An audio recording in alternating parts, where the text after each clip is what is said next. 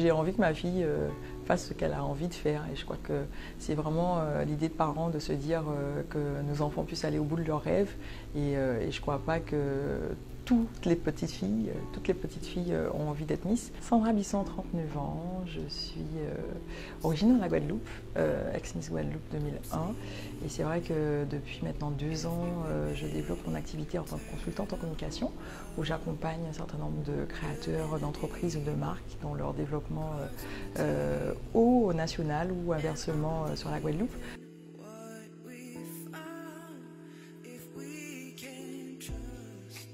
Oh oui. Je sais pas, il y a beaucoup de gens qui disent non, mais je crois que oui, clairement, puisqu'on apprend à être beaucoup plus patiente d'une part, et puis clairement à donner du temps à une autre personne, puisque c'est beaucoup de patience, beaucoup d'écoute. Et puis au début, parce que ma fille n'a que 21 mois, hein, j'ai une fille qui s'appelle Indigo, au début il faut comprendre par les gestes, essayer de se dire ce qu'elle veut ou ce qu'elle ne veut pas. Là elle commence à l'exprimer puisqu'elle commence à parler, donc il y a beaucoup de dons de soi avec la maternité et je crois vraiment que ça change la vie, donc complètement.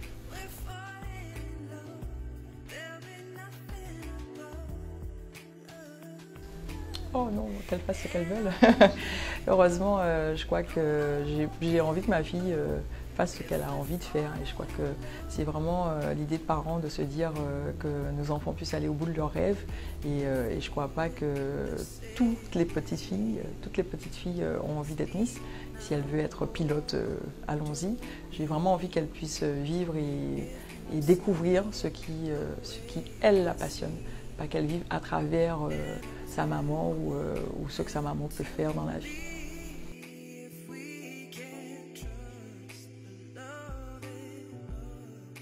Ouh là là, 2 morceaux de ma playlist. Mais là, ces jours-ci, c'est Benny. Donc, et puis Soko, on va dire. Soko. Mais ce sont 2 morceaux que ma fille chante, c'est tout bête, mais ça reste parce qu'en l'occurrence ce sont des morceaux assez actuels et clairement qui font vibrer sur toute la période estivale.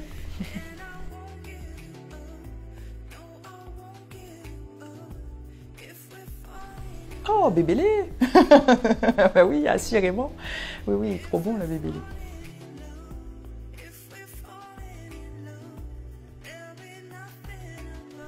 Ouh là là, je ne suis pas une maman gâteau du tout. On dit maman gâteau, papa gâteau. Je crois que je suis une maman assez juste. J'attends de voir parce qu'elle est encore petite, hein, ma fille. Mais en tous les cas, oui, à son écoute. Et puis surtout dans des gestes très tendres, mais pas gâteau, j'avoue.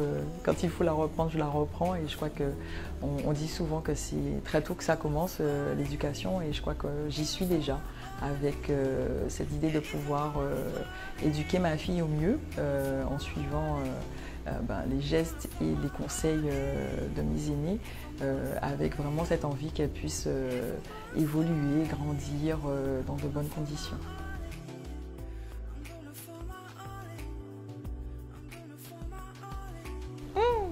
Alors, une vie bien remplie, et c'est ce que je disais au début de l'interview. Il y a des mois qui sont un petit peu plus denses que d'autres, clairement. Ensuite, je suis de nature assez organisée et j'ai surtout beaucoup de chance puisque je développe l'activité de Miss Guadeloupe avec une équipe formidable, hein, une équipe d'amis, un noyau dur d'amis. Et c'est vrai qu'on donne beaucoup parce qu'on a envie de bien faire, on a cœur à bien faire. Et après, c'est vrai que j'arrive à m'organiser d'une part parce que j'ai des amis et surtout une famille en or qui me permettent de ou garder ma fille quand effectivement j'ai des sollicitations ou sinon effectivement heureusement qu'il y a les leviers tels que la crèche ou tels que les nounous parce que clairement sinon je n'y arriverai pas et bien sûr en premier lieu il y a le père de ma fille qui s'en occupe très bien et je crois que le noyau dur est là donc ça permet effectivement d'être plus sereine sur les activités professionnelles.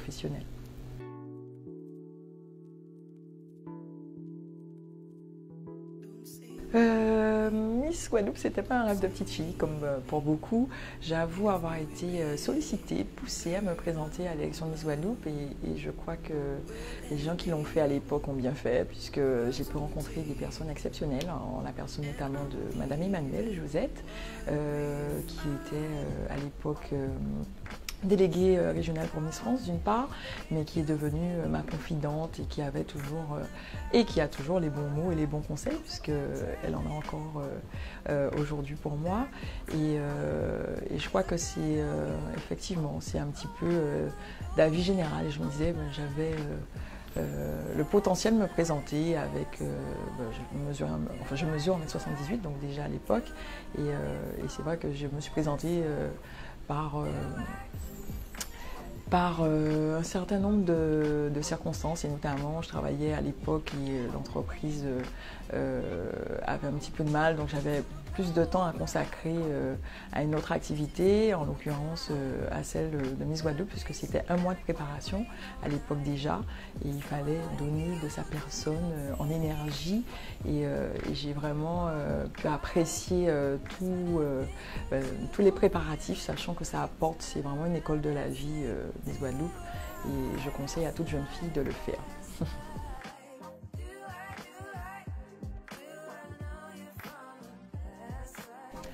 Alors, la nouvelle génération de Miss, je ne sais pas si c'est une nouvelle génération de Miss, mais je ne me considère pas comme coach. Je crois vraiment que je suis... alors, déléguée, ça ne veut pas dire grand-chose, mais je vais être... comment on peut dire ça le lien, enfin la personne qui fait en sorte que la sauce prenne, puisqu'en l'occurrence sur Miss Guadeloupe, j'interviens sur la partie communication avec une équipe.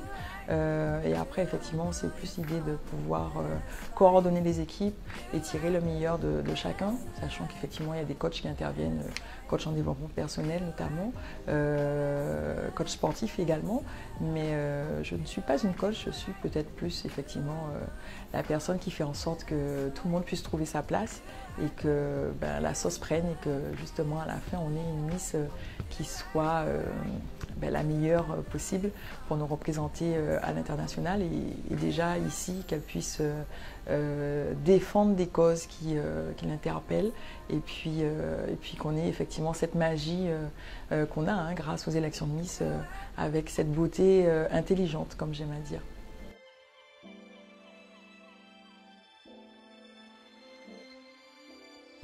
Je crois que c'est vraiment intéressant d'avoir été Miss, puisqu'en l'occurrence, je sais ce que peut vivre et ce que peut ressentir une candidate ou une Miss élue, et de pouvoir maintenant organiser et préparer des candidates à l'élection de Miss Guadeloupe et ensuite de Miss France.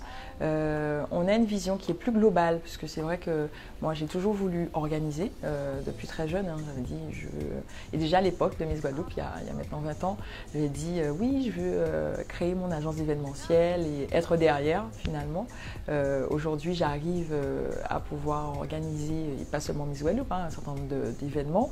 Et clairement, je trouve que ça permet d'avoir effectivement le ressenti.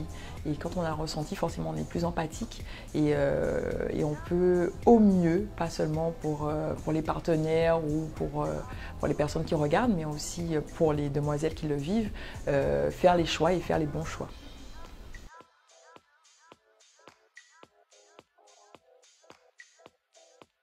Une Miss n'est pas une femme objet et je crois que cette phrase ou cette pensée est de moins en moins valide. Quand on est Miss, on est ambassadrice de sa région d'une part, mais on a vocation, on a l'objectif de défendre des causes et de pouvoir justement aller au-devant de problématiques que peut vivre sa région, et en l'occurrence ici la Guadeloupe, avec la possibilité de rencontrer des personnes, que ce soit des politiques, que ce soit des personnes d'entreprise, des chefs d'entreprise, pour pouvoir effectivement donner sa vision de jeune, donner sa vision de femme.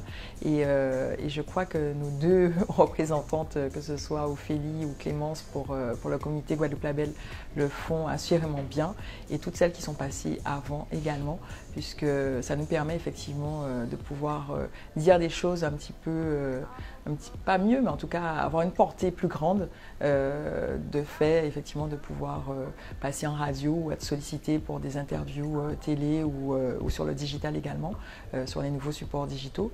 Donc je ne suis pas du tout d'accord avec cette phrase.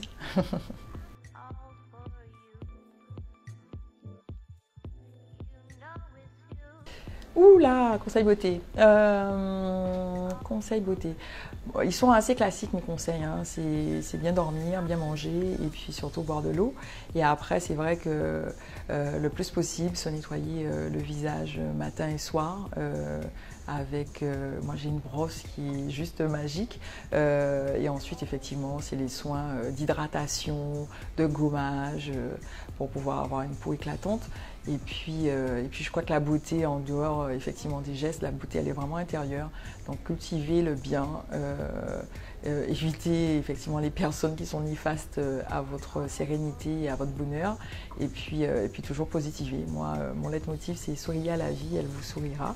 Donc c'est vraiment cette idée de toujours voir le bon côté des choses, sans pour autant oublier le négatif, mais en tout cas aller de l'avant et c'est ce que je vous souhaite.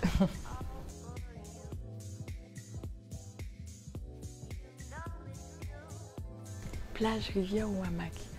Alors, c'est compliqué cette question, plage, rivière ou hamac. J'ai envie de dire plage, parce que je vais plus souvent à la plage. Et là, effectivement, c'est compliqué, hein. Alors, c'est parce que rivière et hamac, ça m'inspire beaucoup, mais ça fait un petit moment que je n'ai plus profité ni de la rivière ni du hamac. Je vais rester sur plage. Ce sera dans les faits ce que j'ai fait le plus. Mais une petite rivière, c'est vraiment, ça tente, c'est tentant.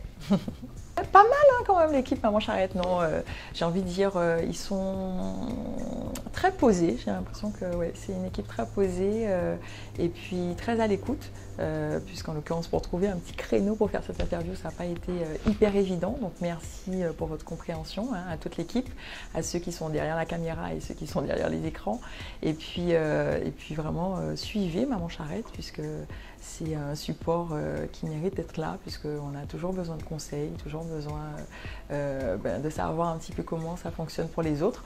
Et je crois que c'est le support qui vous permet d'avoir ce type de conseils et de rédaction ou de vidéos, puisqu'en l'occurrence, ils sont sur tous les médias finalement. Ils sont sur le print et sur le web.